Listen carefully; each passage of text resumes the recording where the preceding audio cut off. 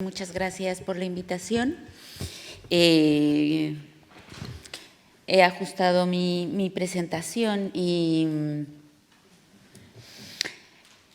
voy a empezar señalando que este tema del acoso y particularmente lo que es la investigación, el abordaje de situaciones concretas, tiene una corta pero intensa vida en mi desarrollo profesional, y aquí justamente hoy están dos compañeras que me empezaron a invitar desde trabajar en otros ámbitos de la violencia en sus respectivos ayuntamientos, una como técnica de igualdad, la otra como responsable de recursos humanos, cuando preocupadas por situaciones concretas que vivían, veían que hacía falta desarrollar los protocolos que tenían, ¿no? Pero que no eran todavía un instrumento vivo. Estaba allí como están varios instrumentos que tenemos para prevenir o para actuar en casos de que se presente, pero no habían tenido esas situaciones o las estaban teniendo, y a partir de allí, sobre todo en los 2 últimos años, pues esta ha sido una parte intensa que me ha permitido pues la experiencia que ahora les quiero compartir de qué pasa cuando nos acercamos realmente a querer atender adecuadamente tanto la prevención como la actuación en para hacer del espacio de trabajo realmente un espacio igualitario y un espacio sano para las mujeres y para las relaciones laborales. Quiero también, porque esto lo digo siempre, porque aunque parezca obvio, hay una idea de que estos temas no pueden estar presentes en nuestras entidades, en nuestras empresas, y yo siempre les digo, medio broma, medio en serio, más bien bastante serio, que a pesar de mi nombre y mi cara, la experiencia que yo les voy a contar se ha desarrollado aquí, en estos terrenos, fundamentalmente en empresas, en entidades públicas y privadas vascas, porque la gente, como le cuesta un poco creer que esto está sucediendo aquí, me dice, ¿pero eso dónde pasa? Aquí, ¿no? Pasa aquí, pasa en entidades bueno, que están desarrollando su día a día y que lo que nos indica es la incredulidad de que esto pueda estar sucediendo en empresas vascas, en entidades vascas, y que además cuando damos formación, por ejemplo, sobre ese tema, siempre le pedimos a las mujeres, a las personas en general, pero suelen contestar las mujeres en particular, cuáles son las situaciones concretas, ¿no?, que están viviendo y cómo se da el acoso en concreto en esa entidad. Y yo recojo esas experiencias que, sin embargo, a las entidades siempre les parecen lejanísimas, ¿no? Esto no puede estar sucediendo aquí, y sucede, ¿no? Entonces, siempre parto de esa premisa. Esto que yo les voy a contar ha sucedido aquí hoy, o sea, no hoy, pero quiero decir, ahora está sucediendo, y hay muchas mujeres que en este momento están sufriendo las situaciones, las consecuencias de no solo del acoso, sino sobre todo las consecuencias más graves es de no actuar diligentemente ante situaciones de acoso y dejar que esas situaciones se enquisten y pasen a ser más graves de lo que ya eran por la respuesta que generalmente no se da, porque hay que vencer las resistencias, que yo hoy es lo que quiero comentarles y que podamos discutir, ¿no? Para empezar, y como ese es un tema nuevo, aunque viejo, nuevo en el interés y en la preocupación, parece que de repente los astros se alinean, ¿no? Se alinean y aparecen en muchos lados. Quisiera que viéramos, probablemente varias de ustedes ya lo han visto, un trocito del programa que hizo Gonzo en Salvados, ¿no?, sobre este tema, que me pareció muy, muy interesante, y quisiera rescatar una parte de este programa para luego comentarlo. Podría suscribir todo lo que dice el juez en la experiencia concreta. En efecto, cuando se conoce un caso de posible acoso, lo primero que suelen decir las comisiones responsables es vaya marrón que nos ha tocado, ¿y ahora qué hacemos con esto?, ¿no? ¿Cómo lo empezamos a abordar? Porque hay herramientas, puede que haya protocolo, a veces no, y se hace a correr, ¿no? El protocolo, pero lo más importante es y ahora cómo actuamos, porque el protocolo es una guía que te dice cómo debes ir, pero no te detalla en concreto paso a paso qué preguntas hago, cómo indago, cómo hago, ¿no? O sea, eso te lo tienes que gestionar y te lo tienes que ir haciendo regularmente en el momento en que surge el caso, ¿no? O sea, que vas aprendiendo y resolviendo a la vez, lo cual es muy complicado y me parece que es un marrón para quienes están teniendo que dar esa respuesta, que además, tal como lo señala el protocolo y tal como lo ven también la mayoría de la gente, pues tiene que hacerse de manera rápida, procurando que no vaya más. Regularmente va a más, regularmente, aunque el protocolo marca pautas de tiempo, de cuánto se debe tardar en hacer cada uno de los procedimientos formal o informal, lo que yo he visto es que a veces los casos pasan incluso años antes de que se dé una solución adecuada, porque por varias cosas, ¿no? Entre otras cosas, y fíjense que voy a retomar esta idea que no es mía, es de la OIT, ¿no? La Organización Internacional del Trabajo dice y reconoce que una primera limitación para abordar el tema del acoso y la violencia en el trabajo desde una perspectiva legal no es la realidad en sí misma, sino la conceptualización de la misma, puesto que desarrollo epistemológico, nos dice, es de reciente data, o sea, en concreto, no tenemos suficiente experiencia y a veces ni lenguaje para referirnos a lo que está sucediendo en las empresas, ¿no? Creo que el que la OIT haya propuesto el convenio 190, aunque todavía no entre en vigor, nos habla de la necesidad de ampliar la perspectiva que tenemos de lo que es el acoso, ¿no? Lo está definiendo en un marco muy amplio, tanto de formas como de espacios en el ámbito laboral, que es muy importante porque hasta ahora, por ejemplo, cuando ocurrían cosas fuera del espacio propiamente laboral, y ocurren muchas cosas, ¿no? Por ejemplo, en las cenas de empresas, ¿no? Que es un escenario donde el acoso está presente y preocupantemente normalizado, ¿no? Porque, bueno, como que ya estamos en el no espacio laboral o en un espacio laboral más ambiguo, donde nos permitimos ciertas licencias, donde el alcohol hace presencia, ¿no? Y donde las mujeres, cuando les pedimos que cuenten, donde se han sentido más vulnerables o más con más riesgo de acoso, hablan muchas veces de lo que son viajes de empresa, cenas de empresa, ¿no? En donde han sentido que los controles que existen en el lugar de trabajo se vuelven un poco más porosos esos límites y acaban en situaciones de verdadero riesgo para ellas y que hasta ahora, ¿no? No han sido recogidos con la suficiente diligencia en el espacio de trabajo, ¿no?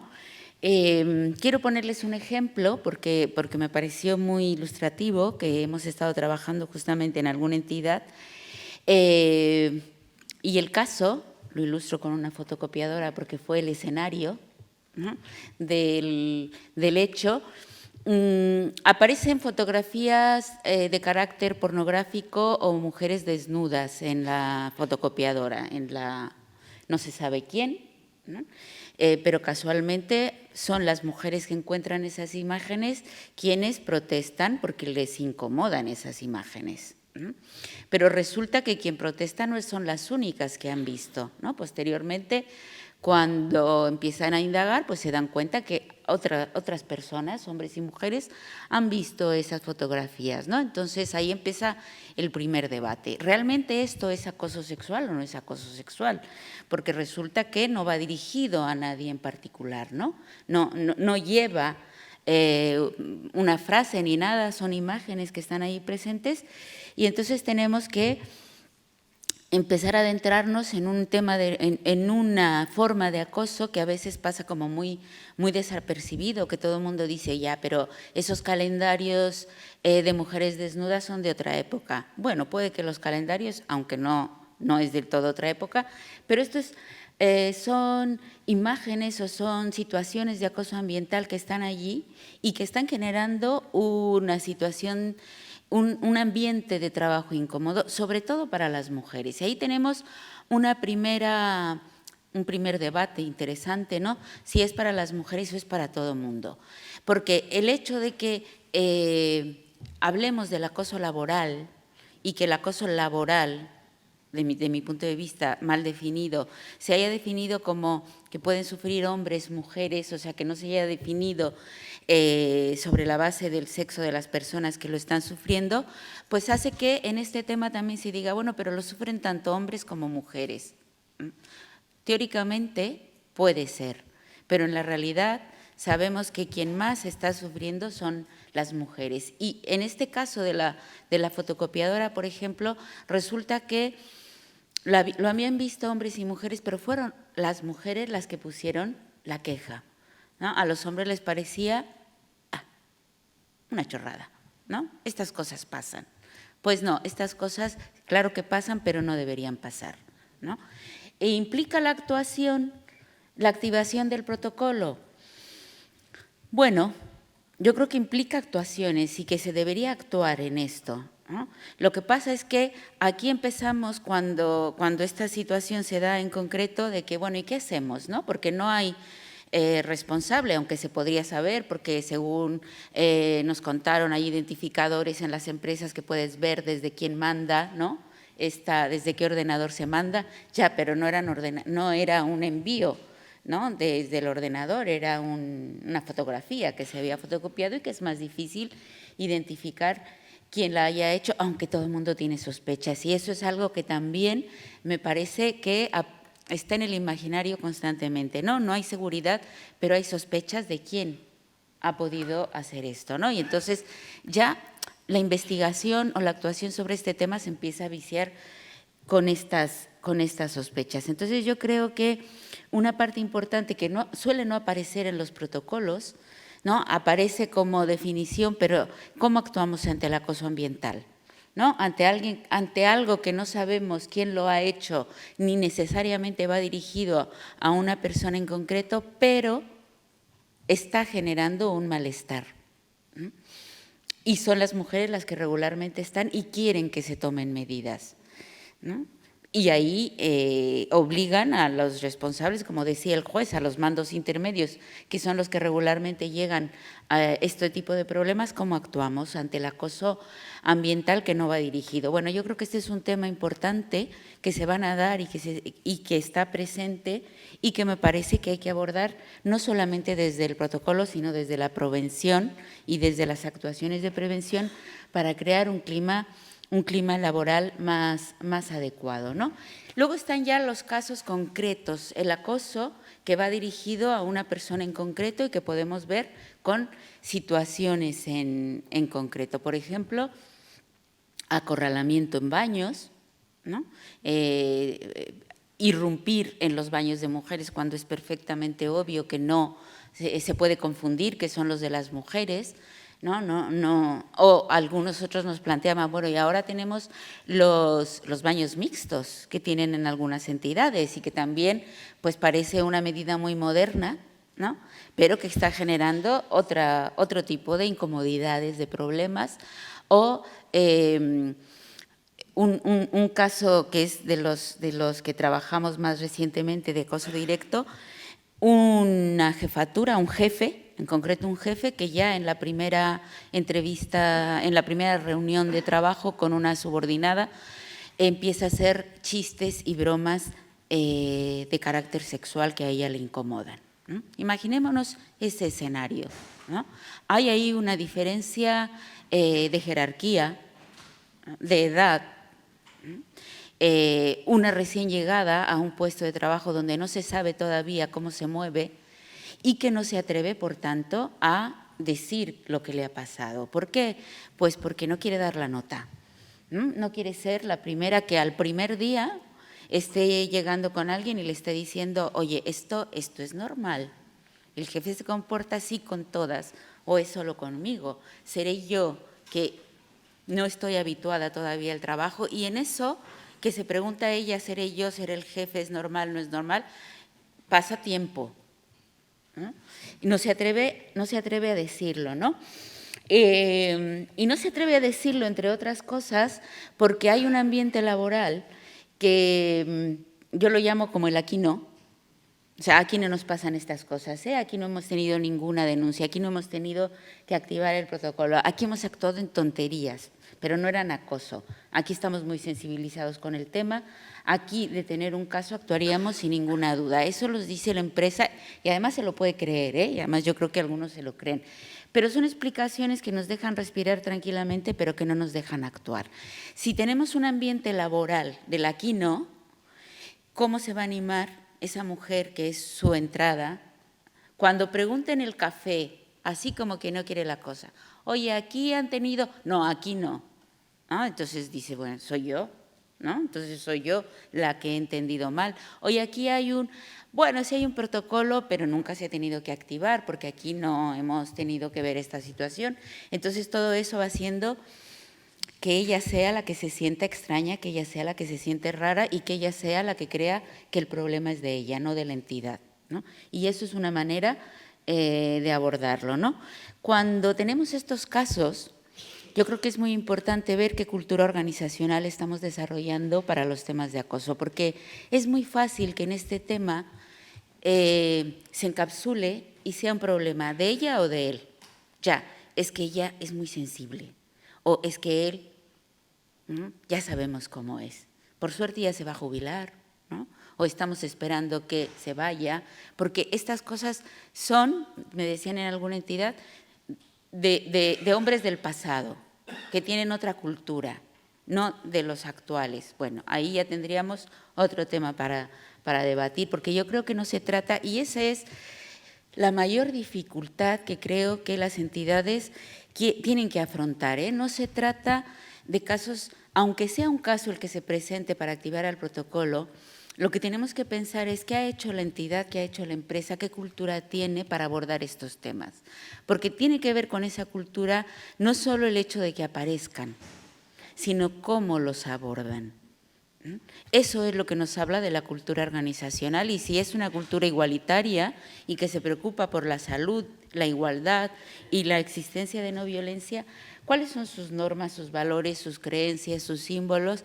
¿Cómo está tejiendo esta cultura organizacional que el acoso no es aceptable, ¿no? Yo creo que es allí donde, a mi juicio, todavía falta mucho por transformar en las culturas de las entidades, ¿no? Porque pueden actuar, pero en el entendido de que es un caso, de que es aislado y de que si lo resolvemos rápido, luego no se vuelve a hablar sobre el tema y seguimos adelante. Cuando yo creo que cada caso nos debe obligar a ver por qué se ha dado en esta entidad, qué es lo que ha permitido no atenderlo con la diligencia debida, ¿no? Yo creo que en este sentido el acoso en la cultura organizacional lleva muchos mitos implícitos. Aquí no nos puede pasar, vamos a actuar, ¿no?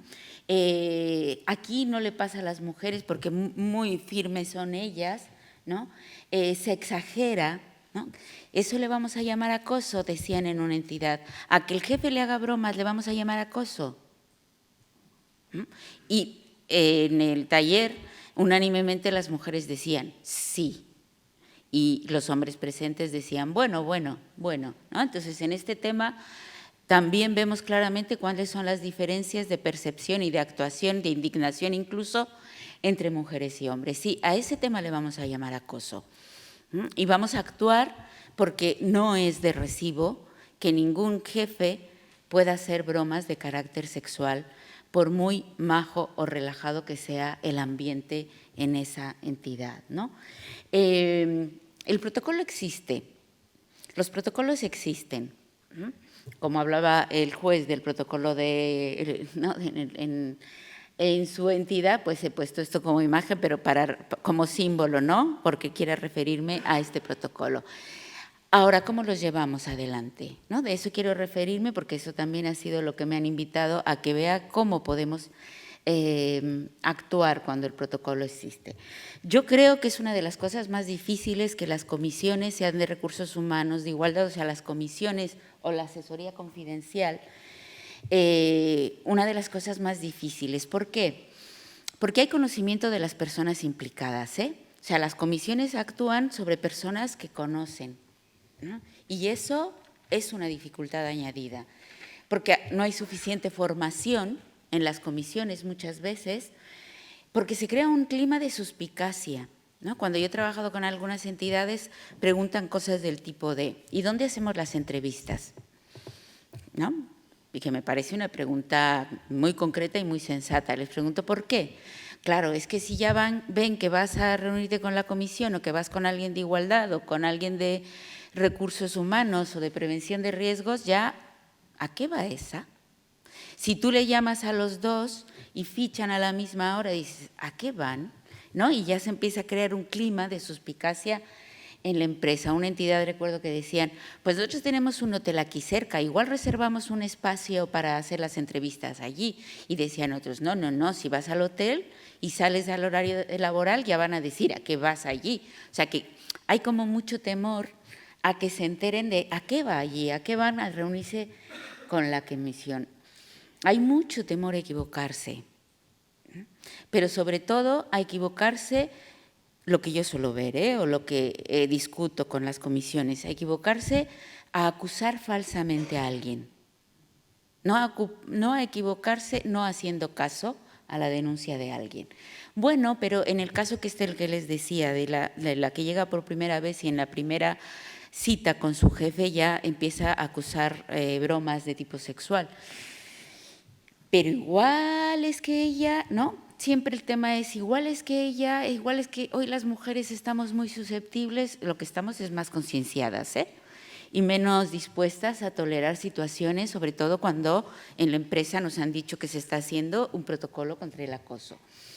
No hay herramientas, la gente pide herramientas, aunque yo creo que la herramienta fundamental es la escucha, ¿no? Esa es una herramienta que hay que desarrollar, porque ellas quieren, bueno, pero no hay ningún test, les pregunto, ¿quieren uno que tú llenes, sí, ya te dé la respuesta? No hay, ¿no? Porque esta es una cuestión de conductas humanas, que lo que hay que entender, hay que tener un marco, hay que tener unas habilidades, hay que tener una escucha para poder actuar.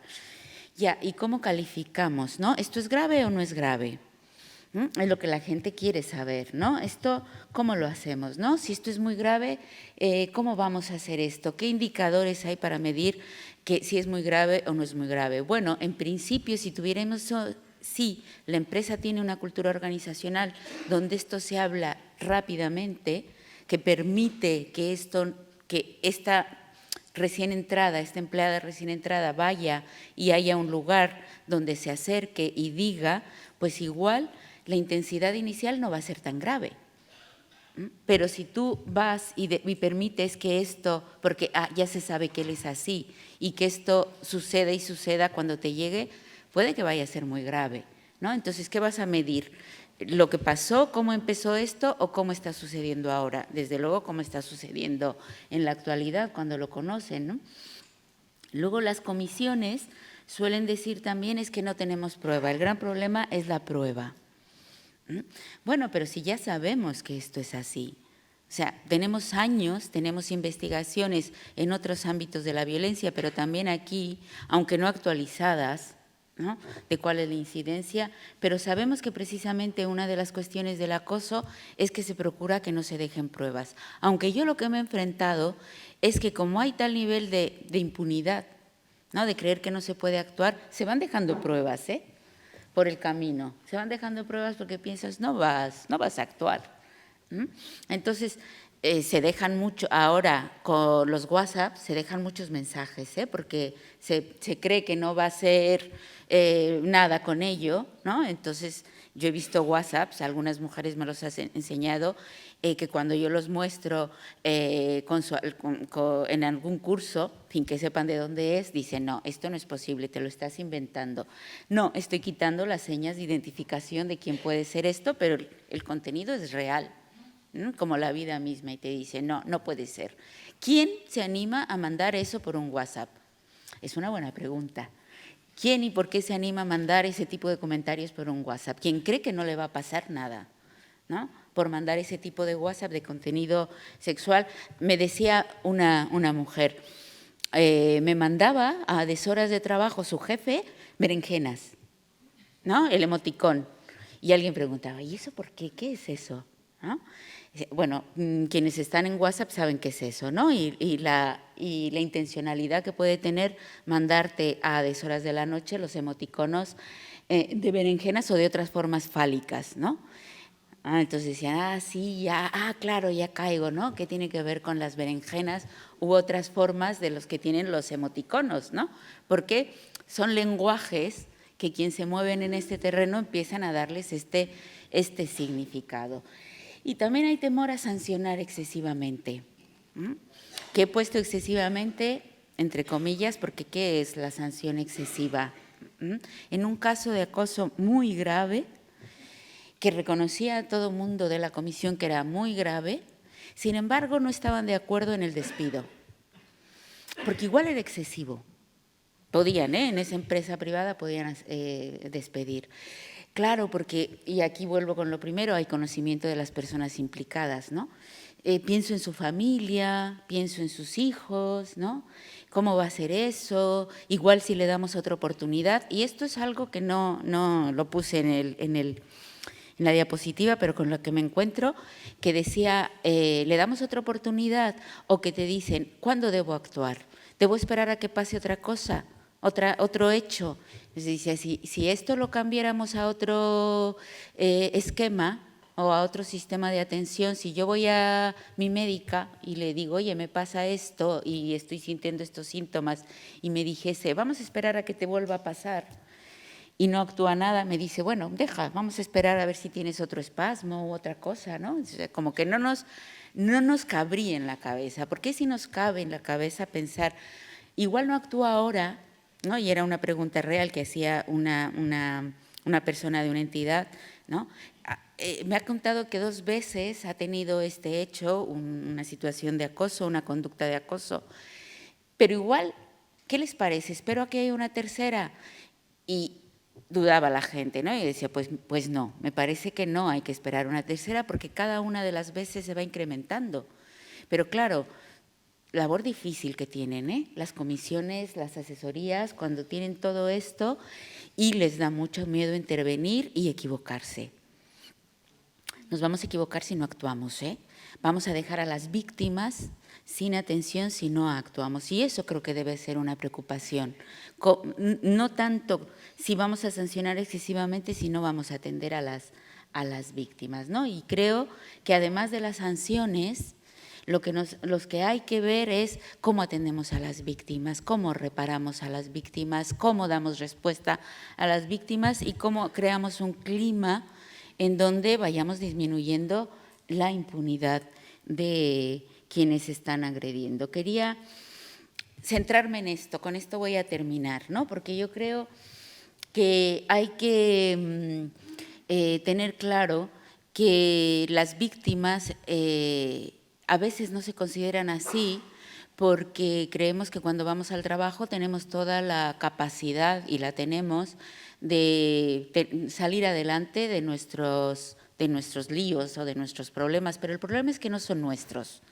Yo lo hablaba esto con un grupo de mujeres que habían sido acosadas por su jefe y que les había costado mucho trabajo actuar, denunciar, que habían llegado a límites de salud graves, ¿no? Que habían sufrido bajas de estrés, bueno, una serie de consecuencias muy graves en su salud, en el clima laboral de la empresa, en todo, pero cuando hablábamos ya, una vez resuelto el caso, cuando podían pensar, decía, ya es que yo, primero, no me lo acababa de creer que esto me estuviera sucediendo a mí, una mujer con carrera universitaria, con un puesto de trabajo fijo, o sea, como que eso se lo pensaban ellas y se decía, no, a mí no me puede ocurrir, le ocurre a otras, como siempre que hablamos de violencia, le ocurre a otras, ¿no? A mí nunca. Pero esto a la hora de asimilar que es una situación de acoso, ¿no? Va haciendo que ella vaya elevando el nivel de tolerancia, ¿no? Y ya, claro, cuando lo ve de lejos, dice, ¿cómo aguanté tanto tiempo? ¿No? Incluso que me mandara fotos de mi coche, ¿no? Y que me dijera, sé dónde estás, ¿no? Cuando decías eso, ya es intimidación, ¿no? O sea, estamos dejando que esto vaya más… Primero era la berenjena, ¿eh? Y luego era la foto del coche. O sea, esto sucedió… Y claro, luego entra la culpabilización de las víctimas, ¿no? Sucede porque yo lo he permitido. No solo lo has permitido tú, lo ha permitido la empresa, lo ha permitido una cultura que creo que es donde debemos trabajar socialmente, en donde nos dice que las mujeres, cuando llegamos al trabajo, tenemos que ser capaces de lidiar con todo. No, con el acoso no tenemos por qué lidiar ni por qué ser capaces, porque no es un problema nuestro, es un problema de la cultura organizacional, es un problema del empleo y es un problema de cómo nos insertamos nosotras en el empleo creyendo que podemos con todo. Con esto no tenemos por qué poder, pero este grupo de mujeres decían, claro, lo que pasa es que como no creemos que a nosotras nos vaya a pasar, tampoco tenemos una cultura de lo que es el acoso, ¿no? Y decían, yo de hecho, decía una de las que había sufrido el acoso más grave, fue hasta una charla que hicieron en el ayuntamiento, que empezaron a hablar de esto y dije, yo soy esa, a mí me pasa eso y le pude poner nombre, ¿no? Esto es acoso, ¿no? Claro, lo primero que pensé cuando dije esto es acoso es ¿qué he hecho yo para merecer esto? Porque no me creía que no hubiera hecho nada. Y empecé a repasar y todas ellas coincidían en aquella vez que me hizo una broma y yo, lejos de decirle no me gustan tus bromas, sonreí con una sonrisa medio fingida, pero sonreí. ¿Eso le habrá dado pie? ¿No debí ponerme yo en ese momento? Probablemente sí, pero a ver quién es la primera que hace eso, ¿eh? Cuando es tu jefe, cuando estás en una situación igual de que tu trabajo no es fijo, porque claro, cuando hablaba con este grupo había unas que tenían trabajo fijo y otras que no. Y las que no tenían trabajo fijo, que estaban en una situación de vulnerabilidad mayor en el empleo, decían, es que a mí no solo me sonrió, me arrinconó en su despacho y me dio un beso. Y yo no lo denuncié. Y yo no dije nada, yo me fui, me quedé con un mal cuerpo tremendo, pero pensé, bueno, pues igual no le he dicho nada y él cree que ha sido bien recibido ese beso, ¿no? Ya, pero después, claro, cuando ya estamos discutiendo cuando ha pasado, decía, claro, pero es que tú no vas a tu trabajo a que tu jefe te bese, no de esa manera, ¿no? De ninguna, creo yo, pero bueno, tú no vas a eso a tu trabajo, pero ¿qué ha pasado con esa cultura que le lleva a dudar que eso ha sido así? Entonces, cuando pensamos en las víctimas, insisto, cuando vamos a la prevención, no tanto a la actuación, ¿no? Porque hay que hacer mucha prevención en torno a esto, hay que decir que estas cosas no pueden suceder así. Yo les recomendaba en una empresa que no les gustó mucho la idea, pero yo la sigo recomendando por si alguna les gusta, ¿no? Tenían en la entrada un cartel, una pizarra grande, ¿no? Como una donde ponen anuncios y ponen de quién es el cumpleaños y ponen allí esas cosas. Le decía, ¿por qué no ponen en ese cartel, como semana a semana lo renuevan, ¿no? Con las noticias de la semana, algún ejemplo de los que ustedes hayan visto o una hoja en blanco para que digan, ¿en qué te has sentido molesta esta semana? Ya decían, ¿y qué hacemos si nos dicen algo? ¿No? Pues sí, ese es el tema, que si lo pones es para hacer algo, ¿no? O sea, bueno, mejor hay que seguirlo manteniendo así, ¿no? Pero si ustedes tienen un protocolo, están preocupados, porque eran todos los jefes hombres, ¿no? Están preocupados por este tema, pues tienen que pensar a que emerja esta situación. Sí, y cuando emerjan estas situaciones, ¿qué hacemos? Pues activar el protocolo. Ya, pero vaya marrón, en efecto, ¿no? Pero si queremos que se prevenga, no den por hecho que en su empresa no sucede, den por hecho que en su empresa sucede. Conozcan cómo sucede, porque lo que nos interesa es el cómo sucede, no el que sucede, eso ya lo vamos a dar por hecho, ¿no? Sino ahora que queremos ver cómo sucede. Bueno, pues cuando algunas han hecho esto, cuando les hemos preguntado, dicen, pues resulta que a mí no me gusta que mi jefe me salude con 2 besos. Ya, dicen algunos. ¿Y eso va a ser acoso? Bueno, para empezar, son situaciones que incomodan y que a lo mejor tenemos que darle una vuelta. Ya, pero eso es cultural. Ya, el acoso también es cultural, ¿no? Es lo que va permitiendo la cultura. Que haya quien no le guste, ¿no? Porque a mí me explican, es que aquí tenemos costumbre de saludar con 2 besos, ya, eso ya lo sé. Lo que te estás diciendo es que hay mujeres de esta empresa que esto no le gusta. ¿Mm? Entonces, ¿qué vas a hacer con eso? No me digas que es cultural, ¿qué vas a hacer con eso? Porque es la mujer de la empresa al que esto no le gusta, ¿no? Otras mujeres que han puesto, es que no nos gusta cómo se dirige el jefe que nos dice golfillas, zorrillas. Dices, bueno, pues me parece que ya, también vamos a actuar contra eso, decían. Pues me parece que sí, ¿no? Porque es parte de la cultura organizacional. O vamos a permitir que a las mujeres nos digan de esa manera. ¿No? Y otras mujeres que decían, bueno, pero a mí lo que no me gusta, ¿no?, es que me pongan la mano en el hombro y me digan, qué bien que lo has hecho, lo has logrado. ¿Cómo que lo he logrado? Es mi trabajo, ¿no? Ya, entonces es el tema de, bueno, pero te está haciendo un halago, ya, ¿no? ¿Por qué no se lo hace a todos los del equipo, incluyendo hombres y mujeres que digan lo han hecho bien, ánimo y tenemos un reconocimiento? ¿Por qué me viene a mí, la mujer, que me he tenido que trabajar mucho para que esto salga y me dice con condescendencia, bien, lo has logrado? ¿Lo he logrado? No, es mi trabajo. En todo caso, quiero otro tipo de reconocimiento. Cuando empiezan a aparecer esas cosas concretas, porque ya no es…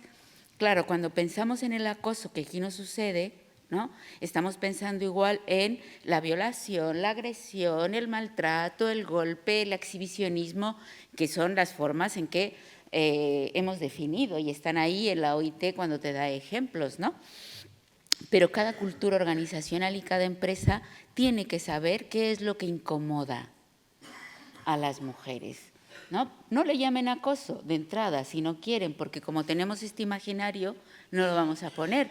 Pero cuando nosotros trabajamos con alguna empresa que está haciendo su protocolo, nos juntamos con las mujeres, dicen, no, es que aquí no hay acoso. Bien, vamos a partir de la idea de que no hay acoso. Dime qué es lo que te incomoda.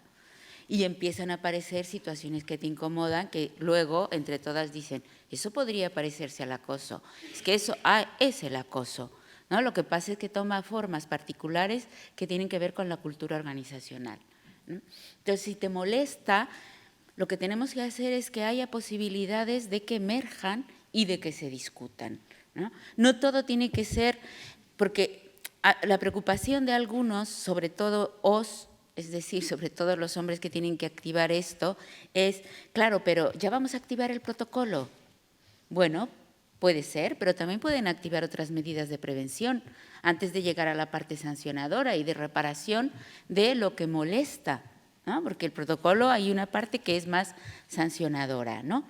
Pero, por ejemplo, en el caso de este jefe, que además nos sirvió para hacer un ejercicio práctico allí, ¿no? Y decían quienes estaban haciendo la entrevista en un momento dado en el role-playing, ¿no?, en el juego de roles que estábamos haciendo allí, le decía, bueno, si quieres me lo cuentas, o si quieres no, ¿no? Decía, bueno, ya ahí tú estás orientando la entrevista, ¿no? No quiere, decía, es que es verdad, yo no quiero que me lo cuente porque es un marrón, ¿no? Pero bueno, vamos a seguir el juego y vamos a imaginar que te cuenta la situación y ya está en una situación que era real, pero el juego era con elementos ficticios.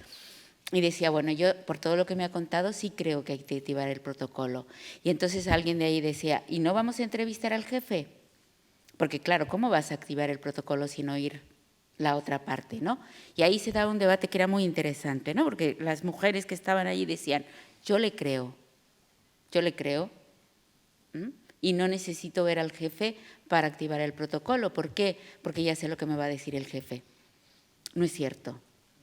No es cierto, ella es una chiquilla ahí de estas que andan con estas cosas susceptible y que, ¿qué va a hacer? ¿No? Ya, pero tiene derecho a defenderse el jefe, ¿no? Entonces el debate era, para activar el protocolo, porque ese protocolo se activaba como la mayoría de los protocolos cuando hay sospecha, por eso está la comisión, para que investigue, ¿no? Es lo que decía, pero es que la investigación, la comisión, perdón, va a investigar y por supuesto que va a llamar, ya, pero es mejor que esto no llegue a la comisión porque ya queda una mancha si activas el protocolo, ¿no? Mejor lo resolvemos entre nosotros, entonces vamos a llamar al jefe. Vale, llamamos al jefe. ¿Qué crees que es lo que te va a decir? Y todos, hombres y mujeres incluidos, decían, va a decir que no es cierto. ¿Y ahora qué hacemos? Entonces ya llamaste al jefe y ¿qué hacemos? Porque ya has puesto igual a esa denunciante, digamos, o a esa compañera en un riesgo, ¿no?, de cómo se va a relacionar ahora con el jefe, ¿no? Ya, entonces tienes que actuar más allá de solamente la sanción, tienes que ver qué va a pasar, ¿no?, con el resto de los compañeros y compañeras. Y en una ocasión, en otra entidad, me decía una jefa que era, como ella decía, muy mayor y muy intolerante ante estas situaciones, decía: yo estoy aquí como jefa antes de los protocolos y actúo expeditamente. O sea, me lo dicen, me lo creo, lo enfrento, lo cambio, lo hago y está. Muy bien, ¿no? Pero cuando tú no estés, eso no tiene ningún mecanismo para aplicarse, ¿no? Entonces a mí vienen, me decía ella, y me dicen: me ha sucedido esto, yo le creo. Llamo al siguiente, llamo al responsable, lo enfrento, lo encaro y tomo decisiones. Puede ser muy bien, en algunos casos puede ser necesario, pero eso no cambia. Quiero decir que la actuación que hagamos y que tenemos que hacer va destinado, por un lado, a sancionar si esa conducta es sancionable y en la medida que se contemple la sanción, a la reparación de las víctimas, pero sobre todo a cambiar la cultura organizacional. A mí me parece que esto es lo más importante. Cambiemos. Es el trabajo más a largo plazo, pero es que cada paso que demos de cómo resolvemos un caso va a incidir en eso, ¿no? Y entonces decían, claro, ¿y cómo lo damos a conocer? Porque hay obligación de confidencialidad, sí, de la comisión, pero ya sabemos que ni él ni ella se van a callar, ¿no? Lo van a decir, ¿no? Entonces, es otro reto que tenemos que hacer. La comisión, claro, que tiene obligación de confidencialidad, de manejar todo esto, de proteger la identidad, de investigar mientras lo está haciendo, incluso de animar a quien participe en el proceso de investigación a mantener esto hasta que no haya una solución. Sin embargo, tenemos que pensar en lo que puede ser la reparación, no solo de la víctima, sino del entorno laboral, porque cada una de estas situaciones merma el entorno laboral, ¿no? Y va dejando muescas, va dejando marcas, hasta que ese entorno laboral puede ser totalmente tóxico si no se toman medidas, porque lo que más aumenta la violencia es la impunidad.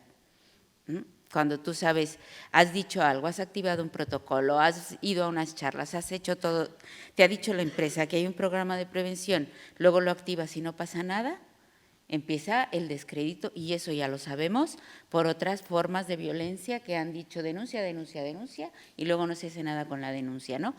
Cuidado con que nos pase eso en el entorno laboral. Si vamos a activar el protocolo, si vamos a tener medidas, vamos a actuar lo más sensatamente posible, si es que se puede, ¿no? Y para terminar, ¿no?, me quedo con las dificultades porque son reales, pero también con experiencias importantes que yo he visto que se van generando de buenas prácticas, digamos, o por lo menos de salidas y de pautas, que yo sé que es lo que más quieren en las entidades. La primera es que la herramienta más importante que tenemos es la escucha.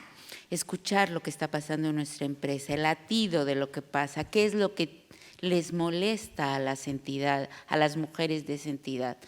No pensemos más en las formas más agudas de acoso, porque esas quizá nunca se van a dar en la empresa. Eso no quiere decir que no haya acoso, ¿no? Quiere decir que tenemos que ir a lo que hay en la entidad y a descubrir qué es lo que molesta, qué es lo que incomoda a las mujeres, y seguro que descubrimos un campo de actuación allí muy amplio para mejorar la entidad y el clima laboral de la entidad. Hay que analizar las bajas. ¿Qué se dan las bajas? ¿En qué contexto se dan las bajas? Porque son muy representativas de climas laborales, ¿no?, tóxicos, cuando estas bajas se están dando. Muchas veces se dan las bajas como salida cuando no sabes qué hacer, ¿eh? No sabes qué hacer, cómo actuar, tómate una baja. Ya veremos, mientras pensamos, cógete la baja, se la coge él, se la coge ella, van así y así se pueden tirar años, ¿eh? Mientras no se resuelve, porque no se llegan a encontrar, pero no se está resolviendo el problema, solo se está posponiendo, y cuando se enfrente igual va a ser más grave, ¿no? Entonces, la escucha es importante, la formación es importante, y sobre todo tener en cuenta una cosa ¿cómo decirlo?, que nos impregna y nos llena el ambiente siempre que hablamos de violencia contra las mujeres. La duda es, ¿y si me equivoco, ¿no?, y condeno a un inocente? Esa es la duda que yo he escuchado una y otra vez.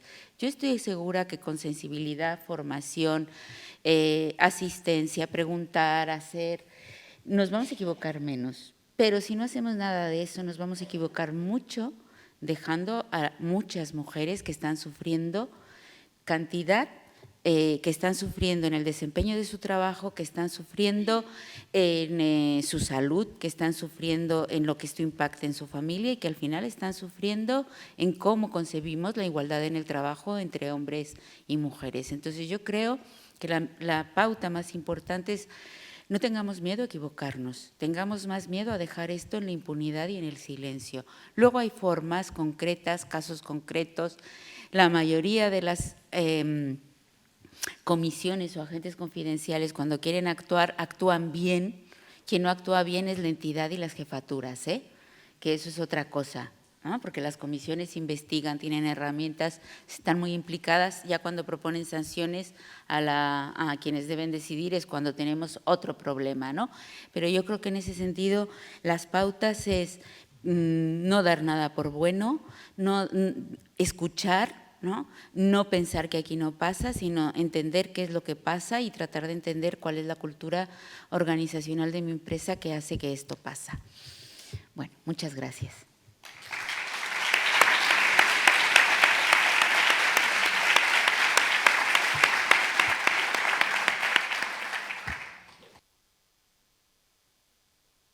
Tenemos un poquito de tiempo para hacer preguntas. Yo, bueno, me quedo con esto que dices de cambiemos la cultura, ¿no? Y reivindico lo que son las políticas de igualdad y los planes de igualdad como estrategias transversales en la empresa para modificar la cultura. Y luego, bueno, también me parece muy importante lo que has dicho, ¿no? Las empresas tienen que actuar y qué responsabilidad tenemos desde la Administración para ayudar a las empresas a actuar, ¿no? Y sobre todo desde la formación. Y con Osalan estamos pensando, todavía no hemos decidido, pero sí cómo abordar esto el año que viene, ofrecer una formación online a las asesorías confidenciales y a los servicios de salud de las empresas que tengan una política de igualdad, que tengan ya una base, ¿no?, de ver cómo poder abordar estas cuestiones en las empresas y poder acabar con esa tolerancia social, ¿no?, a este tipo de violencia contra las mujeres, que además supone expulsar el talento de las empresas y que tiene un efecto en la brecha salarial. Esto tiene efecto en la brecha salarial y en la expulsión del talento de las empresas y en la competitividad, más allá, que es cierto y es lo principal, que es la salud de las mujeres, son los derechos humanos y bueno, es el derecho a vivir en igualdad, ¿no?, y a trabajar en igualdad. Entonces, bueno, no me quiero enrollar más. A mí es un tema que me parece fascinante, del que tenemos mucho que aprender. Yo la primera, y si podéis hacer alguna pregunta, aprovechad que está Norma aquí, que es un lujo para nosotras poder contar con tu experiencia.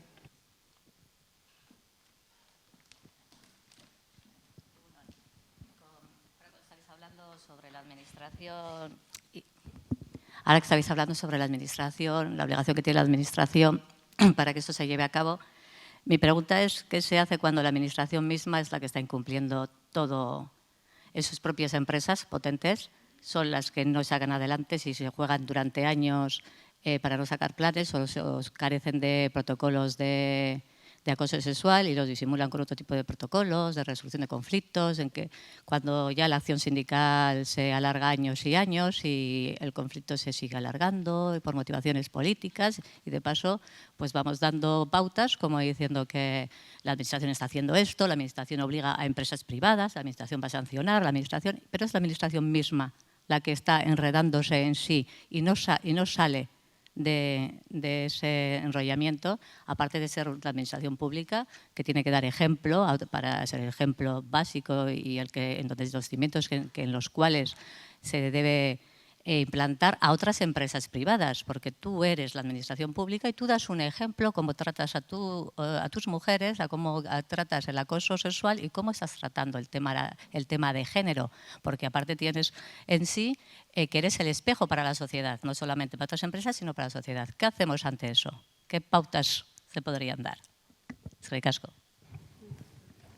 No sé, te voy a ser sincera, porque yo he estado con entidades públicas y el problema está no en la comisión investiga, la comisión hace, la comisión propone, sino luego en quien tiene que tomar decisiones, ¿eh? Y allí es donde las cosas se complican un poquito más.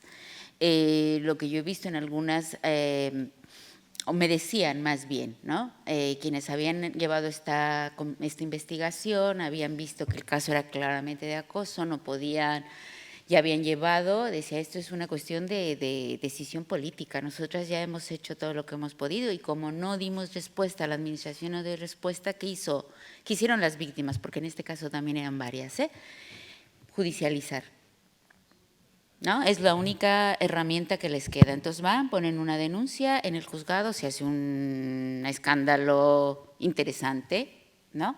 Sale en prensa, sale, ¿no? Porque es un tema jugoso, digamos, y esto se va peor. Va peor, entonces las víctimas y al final se acaban yendo ellas, ¿no? Eso es lo que me contaban la gente que está en la administración pública, ¿no? Y una mujer que precisamente estaba en este caso, me dijo, yo ya no puedo más. Ya he hecho todo y lo que me han dicho, lo que decía el juez también, me han dicho, te creemos, pero no podemos prescindir de él. No podemos prescindir de él porque él es súper importante para este proyecto que estamos desarrollando y tú no. Entonces te creemos, ¿no? Lo que te puede haber pasado, pero lo que te ofrecemos es el cambio a otra empresa. Y ella dijo, no, porque me voy a ir yo, si este trabajo a mí, bueno, en fin, acabó no yéndose solo al lugar donde la proponían, sino yéndose de la empresa, ¿no? Yéndose, se fue, se cambió por cambiarse, hasta se cambió de comunidad autónoma, ¿no? Y ella decía, yo no puedo más. Ya no, esto ha sido tan desgastante pelear que no puedo más y que prefiero irme. Mira, prefiero perder el trabajo. Como tú dices, se pierde el talento, en efecto, el trabajo, ¿no? Y me decía, te dejo en resguardo por si alguna vez te sirve lo que ella había armado con los mensajes que le mandaba, tal cual. Me decía, porque yo no quiero llevarme esto a mi nueva vida, pero tampoco quiero que se pierda, ¿no? Entonces, pues si alguna vez te sirve, porque describe el agotamiento de esta mujer que se pasó 3 años peleando y no pudo más, ¿no? Sindicatos metidos, incluidos, todo, y cada paso que daba para ella iba siendo más en la pesadilla, hasta que dijo, bueno, está claro, esto fue antes de esta época en que el acoso estuviera más en el candelero.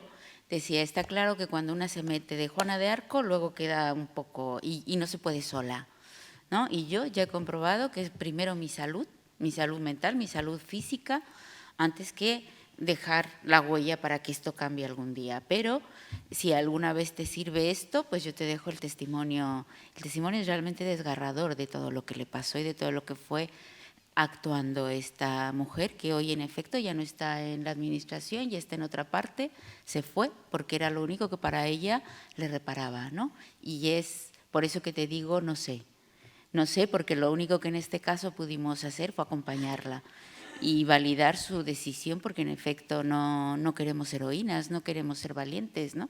Queremos que cambie el trabajo. Y eso es un tema en donde yo no estoy en la administración, por eso te digo, no sé, ¿no? Pero creo que es un tema a plantearse porque es una convicción, no solo es una convicción política, es un ejercicio de justicia para con las mujeres. Y si quieres verlo por el lado laboral, pues sí, en efecto, estamos perdiendo talento, oportunidades y yendo en contra de la construcción real de la igualdad en el trabajo, ¿no? Bueno, yo en relación a la referencia que has hecho de la Administración, bueno, como sabes, se está elaborando un protocolo específico contra el acoso sexual y por razón de sexo en el que participan tanto personal de la Administración como personas representantes de las personas trabajadoras. Lo que nos dicen desde el Servicio de Salud es que no les llegan casos. Eso es un problema en una entidad que tiene más de 3.500 personas, que no lleguen casos de acoso sexual y por razón de sexo. Por supuesto que hay casos. Es imposible que esto sea un microclima, pero no están llegando y eso ya en sí mismo es un problema. Se desconoce cuál es la dimensión de este tipo de violencia. Creo que esa es también otra de de las tareas importantes que tenemos desde la Administración y que muchas veces lo hemos hablado Izaskun y yo, y con otras personas con las que trabajamos, de Osalan, Inspección de Trabajo, se desconoce. Y eso hay que abordarlo, está claro. En el Gobierno vasco, ¿cómo se solucionan este tipo de cosas y otras? Pues con comisiones de servicios, si tienes la posibilidad de poderte trasladar a otro trabajo, aunque pierdas varios niveles, que ahí estamos hablando de más brecha salarial y un deterioro en la salud importante de las personas. Aquí hace referencia también a la cultura de la Administración. Pues nos toca avanzar en culturas organizacionales mucho más igualitarias. Yo me alegro de que hayas puesto además todos esos ítems. Dentro de lo que es Baisarea, de la red, estamos elaborando la red de entidades colaboradoras para la igualdad. Estamos elaborando una herramienta, bueno, la están elaborando las propias entidades, las propias empresas. Yo creo que ese es el valor que tiene para medir la cultura organizacional, para posicionarse, ir dando pasos hacia culturas organizacionales más igualitarias en las que no haya una tolerancia a este tipo de violencia. Entonces, está claro que es un tema pendiente, del que sabemos muy poco y del que necesitamos la ayuda de todas las personas para poder seguir avanzando. Y es verdad que no queremos mártires ni nadie que abra, pero desgraciadamente la primera, ¿no? Hablabas Lousada, ¿no? Fernando Lousada decía la primera sentencia, ¿no? Que fue apuntado por aquí en el 88. Eso abrió un camino, ¿no? Y hay veces que hay personas a las que le toca abrir el camino y en parte la sentencia de la manada también ha abierto un camino y una reflexión a incorporar, a modificar, a sensibilizar a todos los operadores jurídicos y todas las personas que tenemos una responsabilidad. Así que es una crítica que aceptamos y que intentaremos abordar de la mejor manera posible y que nos preocupa. No sé si tenéis alguna pregunta más. Hola, Norma, gracias por tu exposición. Yo quería preguntarte por la realidad luego en los juzgados de lo social, en concreto con los supuestos acosadores. Yo en concreto no he tenido que abrir nunca, por suerte, un protocolo de acoso sexual, pero sí de acoso laboral, varios, y en concreto en uno era una mujer contra todo su equipo también de mujeres, y la respuesta del juzgado fue que nos estábamos pasando, que el despido era totalmente improcedente y que no, porque lo que referían las víctimas eran cosas pasadas, poco concreto, no teníamos pruebas y que como la comisión de acoso pudimos llegar a esa conclusión con esas pocas pruebas. Entonces, claro, si la comisión llegamos a esa conclusión, incluso el protocolo de acoso nos da la oportunidad de llegar a despedir, a sancionar excesivamente, ¿no?, a esa persona, ¿cómo es que luego los juzgados nos lo paran de esa forma cuando se sabe que los acosos tienen prueba muy complicada de tener? Entonces, ¿algún consejo? No sé si los juzgados están empezando ahora a ya decantarse por este tipo de asuntos, pero me parece complicadísimo. Luego, es un poco el temor a equivocarse por eso, porque dices, es que luego no voy a tener la respuesta. Y si hablamos de indemnizaciones altísimas, riesgos de despidos nulos, ya estamos la empresa, claro, mucho más retraídos a abrir este tipo de protocolos. Si viste el programa de Gonzo, de Salvados, pues ahí contó él el caso del Corte Inglés, por ejemplo, ¿no?, que después también salió en el periódico que a raíz de ese programa el Corte Inglés había despedido ¿no?, a los responsables de eso. Cuando trabajamos estos temas, bueno, yo me ocupo más por formación y por capacidades también adquiridas de la parte de las víctimas, pero trabajamos con una compañera abogada laboralista que suele contar también que los juzgados son penosos en este sentido, que a lo más que puedes aspirar es a una indemnización económica, ¿no?, que es lo que están ofreciendo, porque las mujeres también tampoco quieren ir al extremo y dicen, mira, yo me voy y que me den la indemnización, que luego pues las indemnizaciones se basan en una tabla, ¿no?, y valorar el sufrimiento, ¿no? Ella suele preguntar en las formaciones cuánto cuesta una angina de pecho, porque al esposo de esta mujer que salía en Salvados, tal como contaba, luego le hicieron todos los compañeros decir, tu esposa, ¿qué está haciendo aquí? Contrólala, ¿no?, a ver dónde está metiendo a la empresa. Y a él fue al que le dio la angina de pecho, ¿no?, de la presión de todos los compañeros que estaban allí. Y yo creo que es complicado, que abrir este terreno también en el ámbito laboral, porque decías que queda.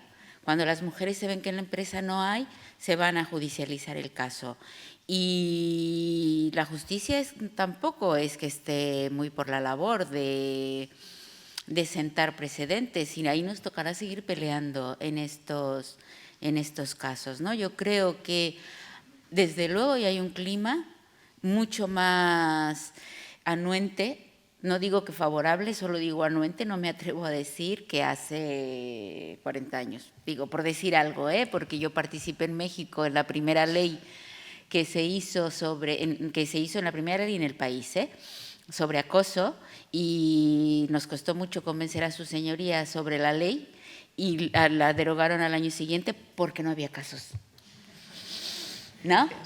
Entonces decías, bueno, es que, a ver, aquí vamos a estar peleando. Luego se ha vuelto a hacer, pero te estoy hablando de los años finales de los 80, cuando era una ley pionera, y dices, al año siguiente ya están derogándolo porque no hay casos. ¿No? Dices, cuando no hay casos, como muy bien decía Sonia Miren, cuando no hay casos es porque no estás propiciando que salgan todos estos casos. Olvidémonos de llamarle acoso, Tú empiezas a decirle a las mujeres que te molesta, porque ponerle ya el nombre de acoso, y lo hemos aprendido con otras formas de violencia, dice, no, la violencia, a mí no me pega mi marido, nunca me ha mandado al hospital ni nunca me ha querido asesinar, ya. Eso es lo que nos han dicho que es la violencia, pero cuando bajas a qué es lo que te está pasando, con el acoso pasa algo semejante y habrá que trabajar mucho con jueces, ¿no? Yo creo que, espero, pero es más un deseo que una convicción, que como hemos abierto brecha en otras formas de violencia, al acoso lleguemos también un poco más rápido que a los juzgados, pero insisto, es más deseo que convicción, aunque creo que hay jurisprudencia, el caso Ibeco, ¿no? Marca también el hecho de decir, es que también lo que pasa en el mundo virtual es responsabilidad de la empresa, ¿no? Entonces, bueno, tendremos que seguir trabajando ahí porque los juzgados ya vimos lo que tardan en tener también un protocolo de acoso, ¿no? Muchas gracias, Norma. La verdad es que ha sido muy interesante lo que nos estás contando y sobre todo también, aunque ya nos has dado alguna idea, cuando ha dicho Anne Miren, ¿no? Pues que realmente que con 3.500 personas que no hay casos, en nuestra empresa pasa lo mismo, más de 15.000 personas y no hay casos. Qué suerte tenemos, que es un microclima, como dice ella. Ya nos has dado alguna idea, pero ¿cómo podemos hacer que esos casos florezcan, que la gente lo diga y luego, claro, que la empresa tampoco lo tape, ¿no? Pero sobre todo ese tema de prevención, concienciación. Si nos das alguna idea más, genial, la intentaremos aplicar. Estaba pensándole, porque en otra entidad también me pidieron, ¿cómo hacemos, no? Para que estas situaciones puedan hacer. Bueno, yo creo que también hay que ir a hacer mucha prevención mucha concienciación a los hombres, O sea, ¿qué es lo que tú consideras normal?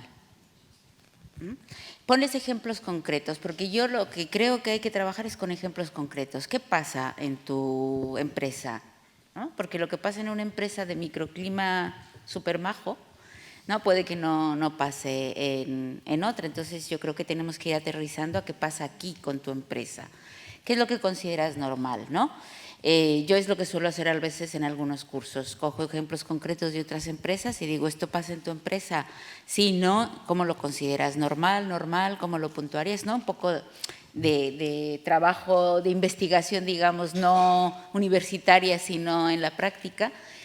Y yo creo que lo que tenemos que ir viendo también es detectar la normalización de las conductas, ¿no? Porque están muy normalizadas conductas que nunca te van a llegar porque no van a tener la entidad de acoso. Entonces, ¿qué es lo que los hombres están tolerando? En alguna entidad en la que yo participé y que luego tuvo pues todo un proceso de reflexión sobre cómo es que había llegado a tolerar niveles altísimos de acoso, ¿no? Hacia luego trabajamos con los hombres de esa empresa, ¿no? Y bueno, estaban choqueados, normal, bien, y decían, claro, pero es que nosotras cuando iban a hacer entrevistas a recursos humanos hacíamos el paseillo. O sea, nos poníamos en el pasillo, así como voy a hacer algo, pero lo que estábamos haciendo era viendo a las chicas, ¿no? Que pasaban y poniéndoles nota, y luego nos pasábamos el WhatsApp, ¿qué? La 10, sí, o sea, con un lenguaje que solo ellos entendían, ¿no?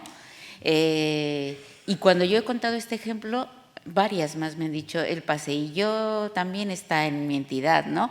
Eso es una conducta de acoso, creo yo, normalizada absolutamente, ¿no? Como que, bueno, no pasa nada, qué exageradas, ¿no? Porque ahí no estamos acosando a nadie, solo le estamos mirando, ¿no? Y no estamos acosando a nadie. Y yo les ponía el ejemplo de la fotocopiadora, ¿no? Porque creo que hay que actuar mucho también sobre las conductas normalizadas que crean un ambiente que no va dirigido a nadie en particular, pero que crean un ambiente de hostilidad, ¿no? Ese acoso ambiental. Allí puedes empezar a indagar qué es lo que se considera normalizado. Yo estoy segura que te vas a llevar más de una sorpresa, de qué se considera normal en la empresa. ¿Alguna vez ya? Dices, sí, claro que hemos hecho chistes, pero lo hacemos entre nosotros.